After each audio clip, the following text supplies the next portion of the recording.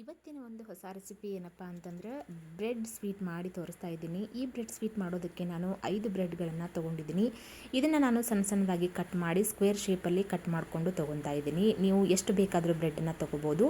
ಮನೇಲಿ ಬ್ರೆಡ್ ಇತ್ತು ಅಂತಂದರೆ ಈ ಥರ ಸ್ವೀಟನ್ನು ಮಕ್ಕಳಿಗಾಗಿರ್ಬೋದು, ದೊಡ್ಡವ್ರಿಗಾಗಿರ್ಬೋದು, ಅಥವಾ ಯಾರಾದರೂ ಮನೆಗೆ ದಿಢೀರಾಗಿ ಬಂದಾಗ ಈ ಥರ ಸ್ವೀಟನ್ನು ಮಾಡಿಕೊಡಿ. ತುಂಬ ಇಷ್ಟಪಟ್ಕೊಂಡು ತಿಂತಾರೆ. ತುಂಬ ಈಸಿಯಾಗಿ ಕೂಡ ಮಾಡ್ಕೋಬಹುದು.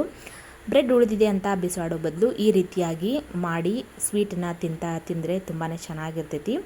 ಇದನ್ನು ಮಾಡೋದಕ್ಕೆ ನಾನು ಒಂದು 5 ಬ್ರೆಡ್ಗಳನ್ನು ತೊಗೊಂಡಿದ್ದೆ. ಅದನ್ನು ಸ್ಕ್ವೇರ್ ಶೇಪಲ್ಲಿ ಕಟ್ ಮಾಡಿ ತೊಗೋತಾ ಇದ್ದೀನಿ. ಇದೆಲ್ಲದನ್ನು ಕಟ್ ಮಾಡಿ ಒಂದು ಸೈಡಲ್ಲಿ ಎತ್ತಿಟ್ಕೊಳ್ಳೋಣ. ಇವಾಗ ನೋಡ್ತಾ ಇದ್ರಲ್ಲ, ಕಟ್ ಮಾಡಿದಂತಹ ಬ್ರೆಡ್ಗಳನ್ನು ನಾನು ಎತ್ತಿ ಇಟ್ಕೋತಾ ಇದ್ದೀನಿ. ಇದನ್ನು ನಾವು ಒಂದು ಕಡಾಯಿನಲ್ಲಿ ಫ್ರೈ ಮಾಡ್ಕೊಳ್ಳೋಣ.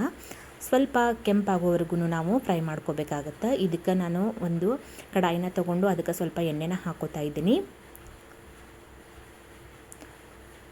ಇವಾಗ ನೋಡ್ತಾ ಇದ್ರಲ್ಲ, ಎಣ್ಣೆ ಚೆನ್ನಾಗಿ ಕಾದಿದೆ. ಅದರಲ್ಲಿ ಈ ಬ್ರೆಡ್ ತುಂಡುಗಳನ್ನು ಹಾಕ್ಕೊಂಡು ಫ್ರೈ ಮಾಡ್ಕೋತಾ ಇದ್ದೀನಿ. ಈ ರೀತಿಯಾಗಿ ಬ್ರೆಡ್ಗಳನ್ನು ಎಷ್ಟು ಹಿಡಿಯುತ್ತೆ ನೋಡಿ ಅಷ್ಟು ಮಾತ್ರನೇ ಹಾಕ್ಕೊಳ್ಳಿ. ನಾನು 5 ಹಾಕ್ಕೊಂಡ್ಬಿಟ್ಟೆ, ಸೊ ಅದು ಹಿಡ್ದಿಲ್ಲ. ಒಂದು ಸ್ವಲ್ಪನೇ ನಾನು ಫ್ರೈ ಮಾಡ್ಕೋಬೇಕಾಗಿತ್ತು. ಒಂದು 5 ತುಂಡುಗಳನ್ನು ನಾನು ಒಮ್ಮೆಲೆ ಹಾಕ್ಕೊಂಡು ಫ್ರೈ ಮಾಡ್ಕೋತಾ ಇದ್ದೀನಿ.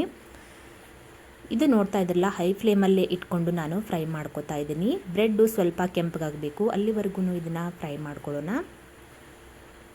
ಈ ರೀತಿ ನೋಡ್ತಾ ಇದ್ರಲ್ಲ, ಈ ರೀತಿಯಾಗಿ ನಾವು ಫ್ರೈ ಮಾಡ್ಕೊಳ್ಳೋಣ. ಒಂದು ಸೈಡಿಂದ ಮತ್ತೊಂದು ಸೈಡು ನಾವು ತಿರುವಿ ಹಾಕಿ ಕೆಂಪಾಗೋವರೆಗೂ ನಾವು ಇದನ್ನು ಫ್ರೈ ಮಾಡ್ಕೋಬೇಕಾಗತ್ತೆ. ನೀವು ಯಾವುದಾದ್ರೂ ಎಣ್ಣೆಯಲ್ಲಿ ಫ್ರೈ ಮಾಡ್ಕೋಬೋದು.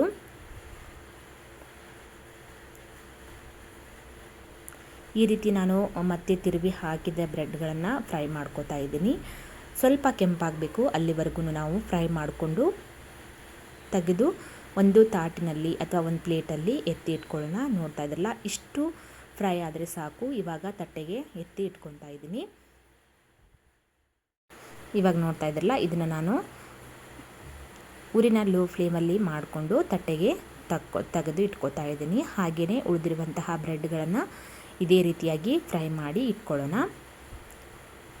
ಒಂದೊಂದಾಗಿ ಇದನ್ನು ನಾವು ಫ್ರೈ ಮಾಡಿ ಎತ್ತಿಟ್ಕೊಂಡಿದ್ದಾದ ನಂತರ ಒಂದು ಕಡಾಯಿಗೆ ನಾನು ಸಣ್ಣದಾಗಿರುವಂತಹ ಬೌಲ್ನಲ್ಲಿ 2 ಬೌಲ್ ಆಗುವಷ್ಟು ನಾನು ಹಾಲನ್ನು ಹಾಕೋತಾ ಇದ್ದೀನಿ.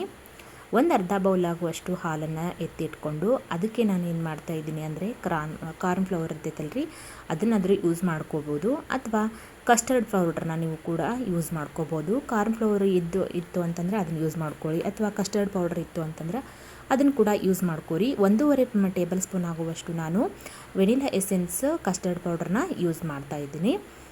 ಇವಾಗ ನೋಡ್ತಾ ಇದ್ರಲ್ಲ, 1.5 ಟೇಬಲ್ ಸ್ಪೂನ್ ಆಗುವಷ್ಟು ಹಾಕಿದ ನಂತರ ನಾನು ಇದನ್ನು ಚೆನ್ನಾಗಿ ಮಿಕ್ಸ್ ಮಾಡ್ಕೋತೀನಿ. ನೋಡಿರಿ, ಹಾಲಿನೊಂದಿಗೆ ಇದು ಬೆರೆತ್ಕೋಬೇಕು ಕಸ್ಟರ್ಡ್ ಪೌಡ್ರ್, ಅಂದರೆ ಚೆನ್ನಾಗಿರ್ತೈತಿ. ಯಾಕೆ ಅಂತಂದರೆ ಇದು ಗಟ್ಟಿಯಾಗಿ ತಳದಲ್ಲಿ ಕುತ್ಕೊಂಡ್ಬಿಡುತ್ತೆ. ಸೊ ಅದಕ್ಕೋಸ್ಕರ ಮೊದಲೇ ನಾವು ಈ ರೀತಿ ಚೆನ್ನಾಗಿ ಮಿಕ್ಸ್ ಮಾಡಿಕೊಂಡು ಎತ್ತಿ ಇಟ್ಕೋಬೇಕಾಗತ್ತೆ. ಈಗ ಕಡಾಯಿನಲ್ಲಿ ಹಾಲು ಹಾಕಿದ್ದೀನಲ್ರಿ, ಅದನ್ನು ನಾನು ಗ್ಯಾಸ್ ಮೇಲೆ ಇಟ್ಕೊಂಡು ಅದನ್ನು ಚೆನ್ನಾಗಿ ಕುದಿ ಬಂದ ನಂತರ ಇವಾಗ ನೋಡ್ತಾ ಇದ್ರಲ್ಲ, ಈ ಹಾಲನ್ನು ನಾನು ಕಡಾಯಿಗೆ ಹಾಕಿರುವಂಥ ಹಾಲನ್ನು ನಾನು ಬಿಸಿ ಮಾಡೋಕ್ಕೆ ಇಟ್ಕೋತಾ ಇದ್ದೀನಿ. ಇವಾಗ ನೋಡ್ತಾ ಇದ್ರಲ್ಲ, ಇದು ಚೆನ್ನಾಗಿ ಬಿಸಿಗೆ ಆಗಬೇಕು. ಇದು ಚೆನ್ನಾಗಿ ಕಾದ ನಂತರ ನಾನು ಇದಕ್ಕೆ ಒಂದು 5 ಟೇಬಲ್ ಸ್ಪೂನ್ ಆಗುವಷ್ಟು ಸಕ್ಕರೆನ ಹಾಕೋತಾ ಇದ್ದೀನಿ. ಸಿಹಿ ಎಷ್ಟು ಬೇಕು ನೋಡಿ ನಿಮಗೆ ಅಷ್ಟು ಹಾಕ್ಕೊಳ್ಳಿ. ನಾನು 5 ಟೇಬಲ್ ಸ್ಪೂನ್ ಹಾಕಿರೋದ್ರಿಂದ ಈ ಸಿಹಿ ಕರೆಕ್ಟಾಗಿತ್ತು. ನೀವು ಕೂಡ ಇದಿಷ್ಟೇ ಪ್ರಮಾಣದಲ್ಲಿ ಮಾಡ್ತಾ ಇದ್ದೀನಿ ಅಂತಂದರೆ 5 ಟೇಬಲ್ ಸ್ಪೂನ್ ಮಾತ್ರ ಸಕ್ಕರೆನ ಹಾಕಿ, ತುಂಬ ಜಾಸ್ತಿ ಹಾಕೋದಕ್ಕೆ ಹೋಗಬೇಡಿ.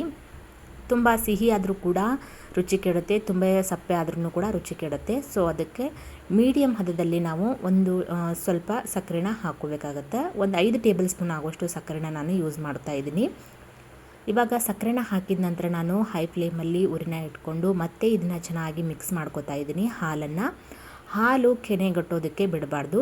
ಕಾಸಿರುವಂಥ ಹಾಲನ್ನಾದರೂ ತೊಗೋಬೋದು, ಅಥವಾ ನೀವು ಪ್ಯಾಕೆಟಲ್ಲಿರುವಂತಹ ಹಸಿ ಹಾಲನ್ನು ಕೂಡ ಯೂಸ್ ಮಾಡ್ಕೋಬೋದು. ಯಾವುದಾದ್ರೂ ಕೂಡ ಯೂಸ್ ಮಾಡ್ಕೋಬೋದು. ನೋಡ್ತಾ ಇದ್ರಲ್ಲ, ಇವಾಗ ಸಕ್ಕರೆ ಕರಗಿದಾದ ನಂತರ ಮೊದಲಿಗೆ ನಾನು ಕಸ್ಟರ್ಡ್ ಪೌಡ್ರನ್ನ ಕಲಸಿ ಇಟ್ಕೊಂಡಿದ್ನಲ್ಲ, ಅದನ್ನು ಮತ್ತೆ ಒಂದು ಸತಿ ನಾನು ಈ ಥರ ಮಿಕ್ಸ್ ಮಾಡಿಕೊಂಡು ಈಗ ಕುದೀತಿರುವಂಥ ಹಾಲಿಗೆ ಇದನ್ನು ಹಾಕ್ಕೊಂಡು ಚೆನ್ನಾಗಿ ಮಿಕ್ಸ್ ಮಾಡ್ಕೋತಾ ಇದ್ದೀನಿ. ನೋಡ್ತಾ ಇದ್ರಲ್ಲ, ಈ ರೀತಿ ಮತ್ತೊಮ್ಮೆ ಚೆನ್ನಾಗಿ ಮಿಕ್ಸ್ ಮಾಡ್ಕೋಬೇಕಾಗತ್ತೆ. ಯಾಕಂದರೆ ಅದು ತಳದೊಳಗೆ ಕುಂದಿರ್ತೈತಿ, ಕೆಳಗಡೆ ಹೋಗಿ ಕುತ್ಕೊಂಡಿರೋ ಕಾರಣ ಅದನ್ನು ಒಂದು ಸತಿ ಚೆನ್ನಾಗಿ ಮಿಕ್ಸ್ ಮಾಡಿಕೊಂಡು ಇವಾಗ ನೋಡ್ತಾ ಇದ್ರಲ್ಲ, ಕುದಿಯುವಂಥ ಹಾಲಿಗೆ ನಾವು ಒಂದು ಕೈಲಿಂದ ಹಾಕ್ಕೊಂಡು ಇನ್ನೊಂದು ಕೈಲಿಂದ ನಾವು ಈ ರೀತಿ ಮಿಕ್ಸ್ ಮಾಡ್ತಾ ಇರಬೇಕು. ಅಂದರೆ ಗಟ್ಟಿ ಆಗೋದಿಲ್ಲ. ನಾವು ಒಮ್ಮೆ ಹಾಕಿಬಿಟ್ವಿ ಅಂತಂದರೆ ಗಟ್ಟಿ ಆಗೋ ಚಾನ್ಸಸ್ ಇರುತ್ತೆ. ಸೊ ಅದಕ್ಕೋಸ್ಕರ ಈ ರೀತಿಯಾಗಿ ಚೆನ್ನಾಗಿ ಮಿಕ್ಸ್ ಮಾಡ್ಕೊತಾ ನಾವು ಇದನ್ನು ಸ್ವಲ್ಪ ಗಟ್ಟಿ ಹದಕ್ಕೆ ಬರುತ್ತಾ ಅಲ್ಲಿ ಮಟ್ಟ ನಾವು ಮಿಕ್ಸ್ ಮಾಡ್ಕೊಳ್ಳೋಣ. ಇವಾಗ ಲೋ ಫ್ಲೇಮಲ್ಲಿ ಇಟ್ಕೊಂಡಿದ್ದೀನಿ ಊರಿನ. ಇದಕ್ಕೆ ಜಜ್ಜಿ ಇಟ್ಟಿರುವಂತಹ ಏಲಕ್ಕಿ ಪೌಡರ್ನ ಕೂಡ ಸಹ ಹಾಕ್ಬೋದು. ನೋಡ್ತಾ ಇದ್ರಲ್ಲ, ಏಲಕ್ಕಿ ಪೌಡರ್ನ ಹಾಕಿದಾದ ನಂತರ ನಾನು ಇದನ್ನು ಒಂದು ಸತಿ ಚೆನ್ನಾಗಿ ಮಿಕ್ಸ್ ಮಾಡ್ಕೋತಾ ಇದ್ದೀನಿ. ಇದು ಕೂಡ ಒಂದು ಸತಿ ಕುದಿ ಬರಬೇಕು, ಅಲ್ಲಿವರೆಗೂ ನಾವು ಕುದಿಸ್ಕೋಬೇಕಾಗತ್ತಾ.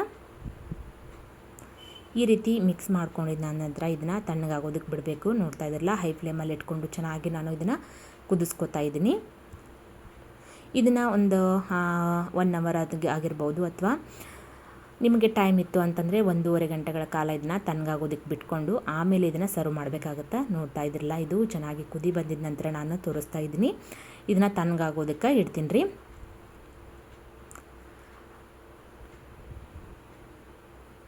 ಇವಾಗ ನಾನು ಸರ್ವಿಂಗ್ ಬೌಲ್ಗೆ ಹಾಕಿ ತೋರಿಸ್ತಾ ಇದ್ದೀನಿ ಎಷ್ಟೊಂದು ಚೆನ್ನಾಗಿ ಬಂದೈತಿ ಅಂಥೇಳಿ. ಈ ರುಚಿ ಮಾತ್ರ ತುಂಬಾ ಚೆನ್ನಾಗಿತ್ತು.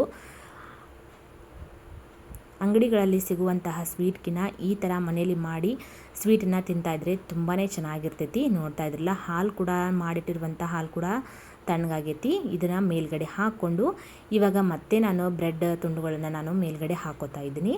ಇದನ್ನು ಕೂಡ ಹಾಕ್ಕೊಂಡು ಮತ್ತೆ ಮೇಲ್ಗಡೆ ಮಾಡಿಟ್ಟಿರುವಂತಹ ಹಾಲನ್ನು ಹಾಕ್ಕೊಂಡು ಮೇಲ್ಗಡೆ ಸಣ್ಣದಾಗಿ ಕಟ್ ಮಾಡಿ ಇಟ್ಟಿರುವಂತಹ ಡ್ರೈ ಫ್ರೂಟ್ಸ್ಗಳನ್ನು ಅದನ್ನು ಕೂಡ ಹಾಕ್ಕೋತಾ ಇದ್ದೀನಿ.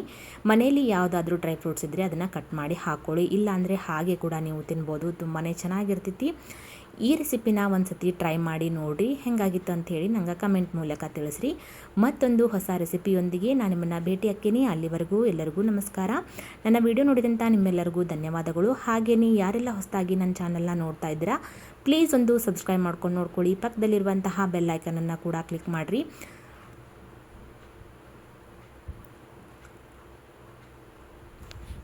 Thank you for watching.